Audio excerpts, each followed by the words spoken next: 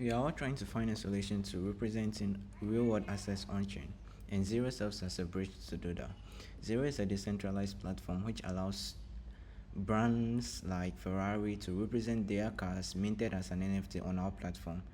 We prove execution of their off-chain system, and using that proof, we verify their actions such as bidding, buying, selling, and other stuff.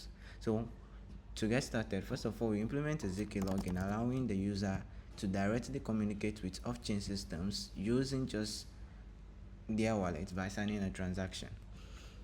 Now, what happens next is you have to register as a brand. So let's say you are BMW, you can register yourself. We are using Chainlink function and Chainlink CCIP, allowing us to verify the off-chain system using their state URL. With the state URL, we can also verify other executions. So all this happens in a ZK VM, specifically Rex0's ZK VM, allowing us to prove execution of anything that happens like bidding, buying, selling, and any actions that happen off-chain. Now, all those off-chain is synced. We get to verify after every execution or after every state change. We get to store the states on the blockchain. Now, what happens if the state is not stored on the blockchain? Now, after registering, you are required to stake an amount, which will help us secure your spot. Now, with this stake, what we do is to use this amount in case the state of your off-chain system and the state of the on-chain system differs. We slash this amount. This helps as a means to prevent fraud and also to secure our protocol.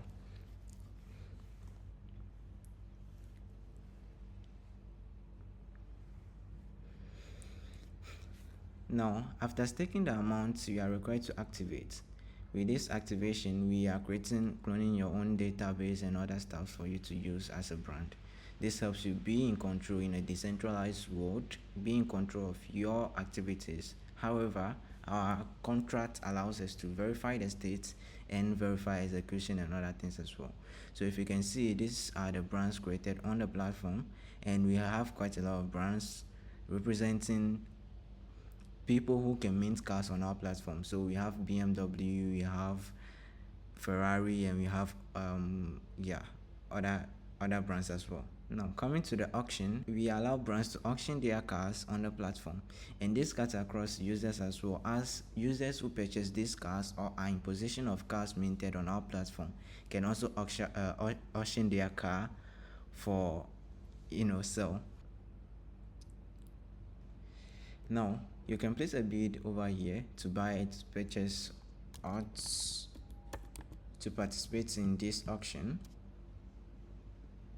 And what happens over here is that the execution happens off-chain, and this is a ZK proof representing this execution.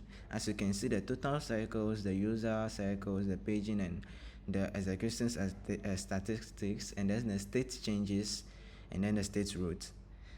You have the raw bytes representing the return data, and this can be verified on our platform as well. Now, you can then proceed to create this to place this bid on chain and submit proof. Over here, we are using wrapped Ethereum and USDC. So the main goal is to maximize users' profit by exploiting the price differences between the assets, right? So we borrow some coins. What we do is that the user deposits collateral in whatever token, and the pool, depending on the pool and stuff like that, they borrow collateral. They swap for some other type of coin. They swap back, all in the hopes of getting more than they had when they started due to the price differences, and we keep the profits for them. So it's an automated series of arbitrage trades using the EVC batch operations, while enforcing risk control and tracking all relevant data. So at the end of the day, users should get a profit over it because you're exploiting prices from different coins.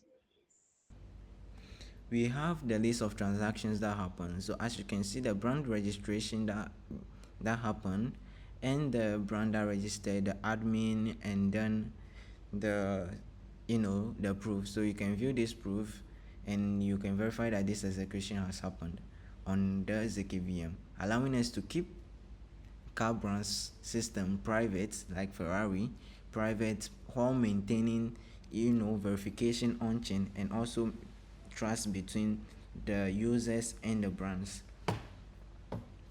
Now, looking at the swap, we have the dashboard allowing you to view the total lanes, total borrowed, and votes invested, and the total votes we have. We can see the recent swaps and then the P2P borrow request. So, as I talked about earlier, the P2P borrow request is when I want to borrow by using my NFT or my car as a collateral. Someone can fulfill this request by lending me this amount, and they both get to earn. Now you can see our NFT tab, which allows you to see the cards that are collateralizable, which you can borrow against, and the ones that are locked. So this lock is in attempt to me borrowing but not being able to pay, and this is on another account. So this car is locked both on chain and off chain. What happens is we use our off chain system to verify if this is collateralizable, and you can list it here as collateralizable. That means we can take action or protect the user or take this car ownership if anything happens, or if you aren't able to repay the loan. And then we have the lock system, which allows us to lock the assets NFT both on chain and off chain. Now with the swap, just like I explained, you can connect your wallet and then swap these tokens and also make transactions and earn money in return.